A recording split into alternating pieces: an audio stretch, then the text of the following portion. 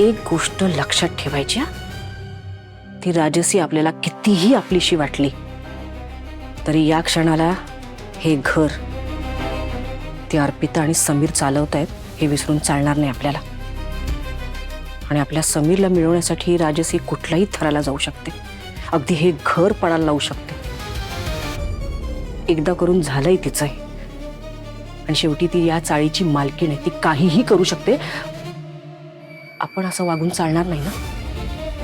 त्यामुळे एक गोष्ट पक्की करून घे डोक्यात, समीरच्या मनातून तू उतरणार नाहीस याची जरा काळजी घे.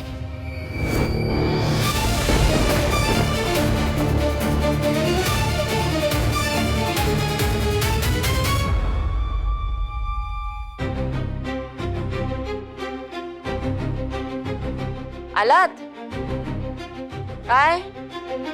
कुठे गेला होतात भिजायला?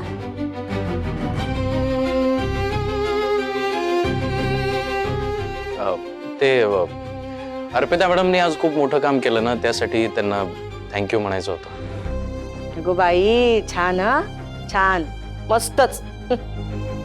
नाही, या आईने आपल्याला जन्म दिला, लहानाचं मोठं केलं, किती काय काय करत असते आई. आईला कधी थँक्यू म्हणावंसं वाटलं नाही?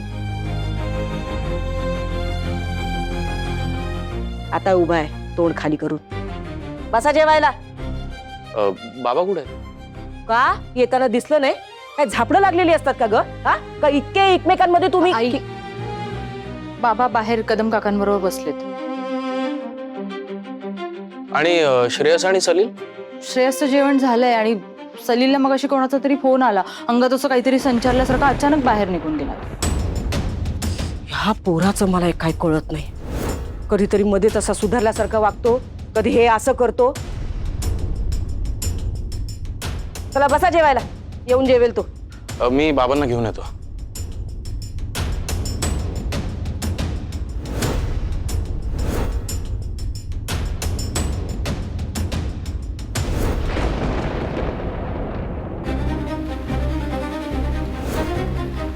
सुनील, तू इथे काय करतोयस एवढ्या पावसात? काय करणार आहे मी? एकतर तू एवढी मोठी गोष्ट सांगितली, मला शांत नाही बसता आलं. See I couldn't stop myself. काय झाले नक्की? आणि बहिणीला कसं कळलं आपल्याबद्दल? ऍक्च्युली त्या दिवशी दीनी मला विचारलं की दीप काय झालंय अचानक असं.